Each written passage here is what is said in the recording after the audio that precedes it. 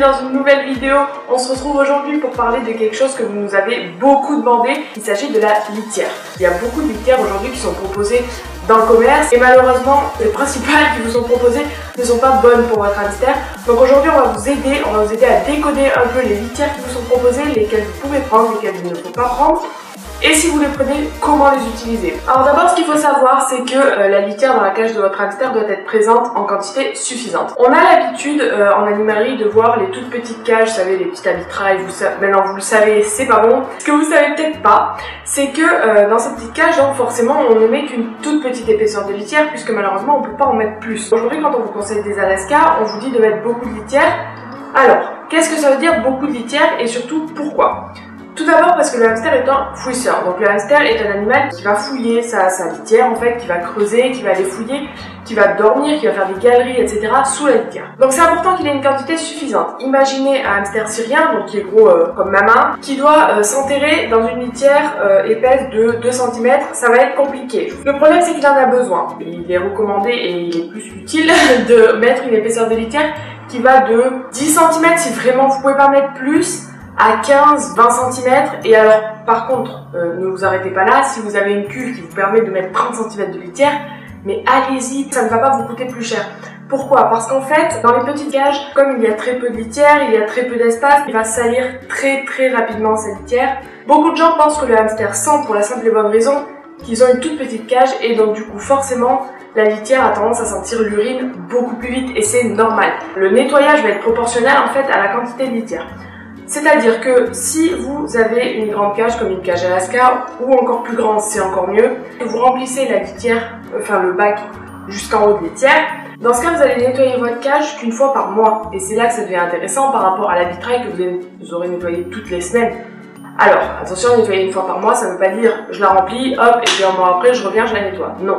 Ça veut dire que toutes les semaines vous allez simplement nettoyer les endroits où votre hamster salit sa litière. Vous l'avez sûrement remarqué, votre hamster a tendance à aller faire pipi et caca dans le même coin. C'est normal. Je suis d'accord, il y en a qui ont tendance à s'éparpiller aussi, c'est normal aussi. Vous nettoyez ce coin-là, vous enlevez vraiment toute la litière qui est à cet endroit-là.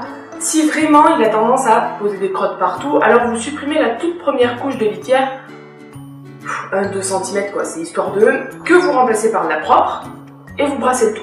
L'intérêt de brasser, c'est de faire remonter en fait la litière qui est dessous, qui est un peu plus ancienne mais qui est toujours propre, hein, et de la faire remonter dessus et mélanger les odeurs. Donc voilà, vous allez ainsi pouvoir nettoyer votre litière une fois tous les mois. Et j'ai même tendance à dire que si vous avez une détolf, je suis même pas sûre qu'en 6 mois vous ayez besoin d'enlever toute la litière.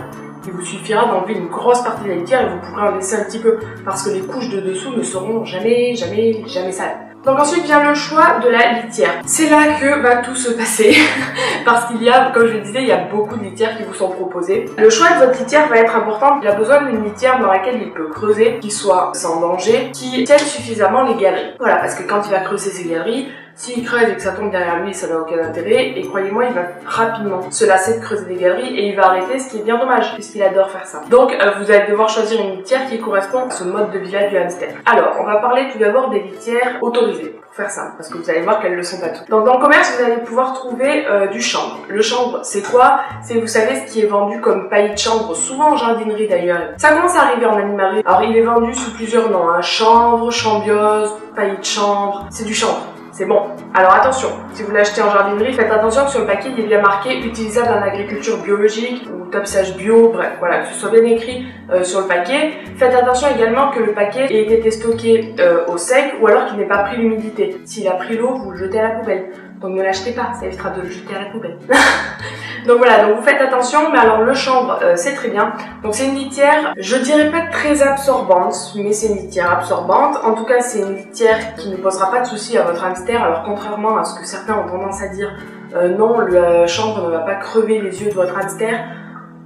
Arrêtez, les hamsters creusent et savent fermer les yeux, il n'y a pas de problème. Et ils vont pas attraper une pique de chanvre et se la planter dans l'œil. Donc non, c'est vraiment sans risque. Alors oui, il peut arriver, un petit accident peut arriver, mais comme ça peut arriver avec tout, hein. Elle n'est pas plus dangereuse qu'une autre. En tout cas, elle n'est pas toxique, donc ça c'est quelque chose de très important. Autre chose à dire, c'est qu'il faut faire attention à ce qu'elle ne soit pas poussiéreuse. Alors ça, je le dis pour le chanvre, mais c'est valable pour toutes les autres litières, parce que la poussière est un problème pour les voies respiratoires. Donc faites attention. Voilà, si vraiment le paquet est trop poussiéreux, je vous dirais peut-être pas de le jeter, mais en tout cas au moins d'aller le brasser à l'extérieur, histoire que la poussière puisse s'en aller, parce que alors, si un jour où il fait un peu de vent, vous sortez dans un bac, si vous avez une bean cage, c'est idéal. Prenez votre bean cage, vous la remplissez totalement de litière, hein. Le but c'est pas de la préparer pour le hamster, vous la remplissez totalement de litière, vous sortez à l'extérieur et vous brassez un bon coup, et le vent va se charger d'emporter la poussière. Donc la première c'est le chanvre. Attention, je ne les donne pas dans l'ordre de préférence, hein. Je vous cite les litières possibles. La deuxième, vous avez le lin. Là encore, il est vendu en jardinerie, mais en tout cas, on l'utilise pour les chevaux aussi. Donc, il est possible que si vous avez une animalerie qui a un rayon chevaux, il est possible que vous en ayez. Comme le chanvre, attention qu'il soit stocké à l'intérieur, bla bla bla bla. Pendant longtemps, très très longtemps, on m'a dit oui, c'est ultra absorbant. Non, je vous assure que non. Le lin est vraiment très peu absorbant. Moi personnellement, j'ai été déçue à ce niveau-là. C'est une très bonne litière pour creuser. Alors ça par contre oui, si vous avez un hamster qui fait des galeries et que vous avez accès soit au chanvre soit au lin, prenez du lin. Il y a zéro doute là-dessus. C'est plus doux, il tient très très bien les galeries. On le verra après, mais accompagné d'un peu de foin, le hamster peut se faire des galeries superbes dans le lin, donc ça c'est l'idéal. Par contre, il n'y a que le côté absorbant. Je vous dirais pas que c'est ultra absorbant parce que j'y crois pas moi-même. Peut-être le mixer avec du chanvre. Je sais qu'il y a des paquets qui sont déjà faits mixer chanvre et lin. C'est pas parce qu'il est pas très très absorbant que c'est pas du tout une bonne litière. Bien au contraire, c'est vraiment une bonne litière. Les hamsters sont bien dedans en règle générale et ceux qui adorent faire des galeries vont s'amuser de fou là-dedans. Donc n'hésitez pas, le lin c'est vraiment aussi une alternative. Et enfin le dernier qu'on recommande depuis longtemps mais dont on parle beaucoup ces derniers temps, il s'agit des copeaux de bois. Alors attention, des copeaux de bois de non résineux. Je vous le dis souvent, je vous l'ai dit plusieurs fois dans les derniers lives, il s'agit du bois de bouleau. Il existe plusieurs types de bois, mais là en l'occurrence je vais vous parler de celui-là. Donc les copeaux de bois de bouleau sont vraiment le top du top. L'avantage qu'il a, c'est qu'il est très absorbant. Au début j'étais sceptique, mais si, le copeau de bois de bouleau c'est absorbant. Les galeries tiennent extrêmement bien dedans, mais même le lin peut se rhabiller. C'est ultra confort, bon sans doute c'est du copeau, hein, donc voilà. Mais le problème, c'est que malheureusement vous ne pourrez pas trouver ce copeau là dans vos animaleries, vos jardineries, etc. Les seuls endroits où vous allez pouvoir le trouver, ça va être si vous avez des coopératives près de chez vous, il faut leur demander. Certaines coopératives ont accès à ce type de copeaux pour les chevaux. Assurez-vous que c'est bien du boulot. Si c'est pas du boulot, c'est niet, c'est même pas la peine. C'est pas parce que oui c'est des copeaux, mais non, si c'est pas du boulot, on oublie. Et l'autre endroit où vous allez pouvoir en trouver, c'est sur Rodipet. Donc c'est un site allemand, oui je sais, vous ne parlez pas couramment allemand, moi non plus, et pourtant je commande chez Rodipet, pas de panique. Vous pouvez commander, c'est totalement sécurisé, pas de problème. Personnellement c'est la litière que j'utilise désormais ici. Il y a juste un truc, c'est que cette litière-là n'est pas donnée, mais en même temps, moi personnellement je la change moins souvent que quand j'avais du chanvre ou du lin. Et également, pour les personnes qui ont tendance à payer leur lin un peu cher, moi ça me revient moins cher de prendre du copeau de bouleau chez Rodipet parce que je payais mon lin assez cher au final. Donc faites attention au prix, mais si vous pouvez foncez sur le site de Rodipet et prenez un paquet pour le tester. Le paquet arrive totalement compact. Vous allez être obligé de le décompacter, donc de l'attraper à la main et de l'effriter. Donc n'hésitez pas à le faire dehors, déjà ça va brasser une bonne partie de la poussière. Et deuxième petit point auquel il faut faire attention, il y a parfois dans ce copeau, je le sais parce que j'en ai trouvé, des petits morceaux de bois un peu gros et pointus. Quand vous allez effriter la litière, vous allez les voir, retirez-les, ça coûte rien et au moins ça finira pas dans la bajoue de votre hamster, c'est pas plus mal. Alors ensuite, avant de passer aux litières qui sont interdites, ça on va en arriver, il y a des litières qu'on appelle secondaires. Donc comme je le disais, le chanvre, le lin, le copeau, etc. c'est la litière qui va être principalement dans la cage, donc celle dont je vous parlais à 20 cm d'épaisseur, sur toute la cage, blablabla. Les litières secondaires c'est quoi? Donc c'est des litières qu'on va utiliser soit sur une toute petite zone de la cage, je pense par exemple aux bonbonnières, soit on va l'utiliser vraiment sur un carré, un petit carré, soit en faible épaisseur, voilà. C'est une litière qui ne doit pas dépasser les 1/3 de la surface de la cage. Pourquoi? Parce qu'elles sont moins adaptées en fait au comportement naturel du hamster. Aucun intérêt à lui en mettre partout, ça n'a vraiment aucun sens. Donc dans ces litières-là, on retrouve par exemple l'humus de coco. C'est de la coco broyée, hein, de la coquille de coco broyée. Je vous prévois une vidéo sur comment utiliser la coco, parce que beaucoup de gens ont tendance à la mettre brute dans la cage. Et non, ça marche pas comme ça en fait. C'est une litière qu'on humidifie, et en fait en l'humidifiant déjà elle gonfle. Elle prend une texture de terreau très douce, très souple, etc. Et elle tient les galeries évidemment puisqu'elle est humide. Alors humide, elle n'est pas détrempée, mais elle est humide. Donc votre hamster va même pouvoir se faire des terriers à l'intérieur en fait. C'est le top du top, je pense en été quand il fait chaud. Si vous venez de faire l'humus de coco avec de l'eau fraîche, mais il va adorer. Il va aller se mettre dedans, il va plus bouger, il va être trop frais dans sa coco. Donc l'humus de coco c'est vraiment quelque chose de super sympa. Évidemment à ne pas coller à la litière de coco, ou de lin ou de chanvre. puisqu'elle est humide, et l'autre est sèche. Du coup, elle va les mouiller, du coup, elle va moisir. Donc soit vous la mettez dans un plat, soit vous la coupez avec l'éponge ou au plus. Vous savez, l'éponge flexible. Alors il faut qu'il soit verni. Hein. Vous le mettez en fait comme ça, hop, et ça bloque la litière dans la cage. En fait, vous mettez l'huile de coco à cet endroit-là.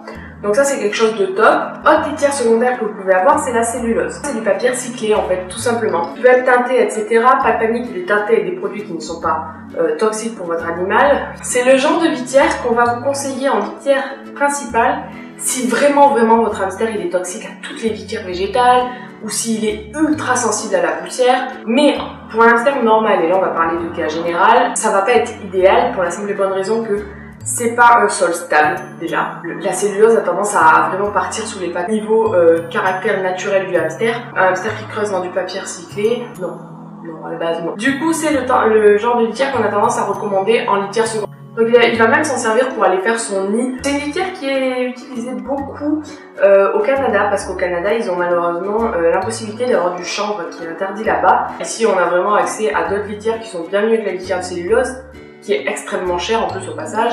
Utilisez-la comme litière secondaire, c'est vraiment parfait. Une autre litière que vous pouvez voir dans les rayons de votre animalerie, c'est la rafle de maïs. Alors la rafle de maïs, une litière de maïs, souvent on la confond avec des petits graviers. En réalité, c'est du maïs. Donc cette litière-là est ultra abrasive. C'est la raison pour laquelle il faut absolument pas l'utiliser dans toute la cage.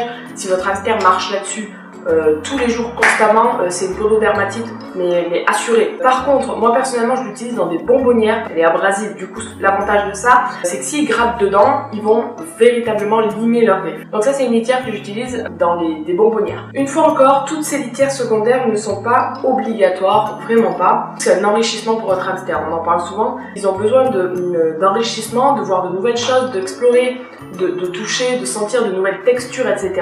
On peut pas le laisser dans un truc vide, avec la même litière tout le temps et sans jamais lui proposer autre chose. Il aura besoin d'aller toucher autre chose, d'aller creuser, etc.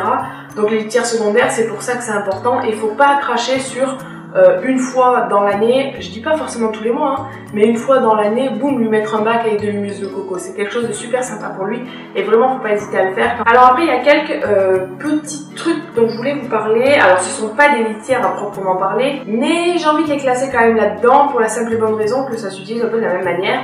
Donc il s'agit déjà du sable à chinchilla. Donc le sable à chinchilla, c'est quelque chose que vous pouvez, que vous devez utiliser pour votre hamster. C'est un sable très très fin, pas celui que vous allez trouver sur la plage, hein, non. Ce sable-là a un pouvoir dégraissant. Donc quand vous touchez votre hamster, que vous l'attrapez, etc., vous avez du sébum naturel sur vos mains, c'est normal, hein, on en a tous, ce qui fait les mains moites quand on en a trop en l'occurrence. Et quand vous allez attraper votre hamster, même sans le vouloir, vous allez lui mettre du sébum dessus, même si vos mains sont sèches. C'est infime, mais vous allez lui en mettre sur le poil. Une fois c'est pas grave, deux fois c'est pas grave, trois fois ça commence à se voir. Nous en expo on s'en rend compte en général, à la fin de l'expo les hamsters sont dégueulasses. Je dois le dire, dégueu. Donc on leur propose du sable parce qu'en fait ce sable étant dégraissant, il va les aider à se séparer de tout ce sébum qu'on leur a mis dessus, mais pas seulement, hein, même des trucs sales qui se sont mis dessus. Bref, ils vont aller s'en servir pour faire leur toilette, pour se frotter. Encore une fois, c'est un enrichissement et on ne crache jamais sur un enrichissement pour un hamster.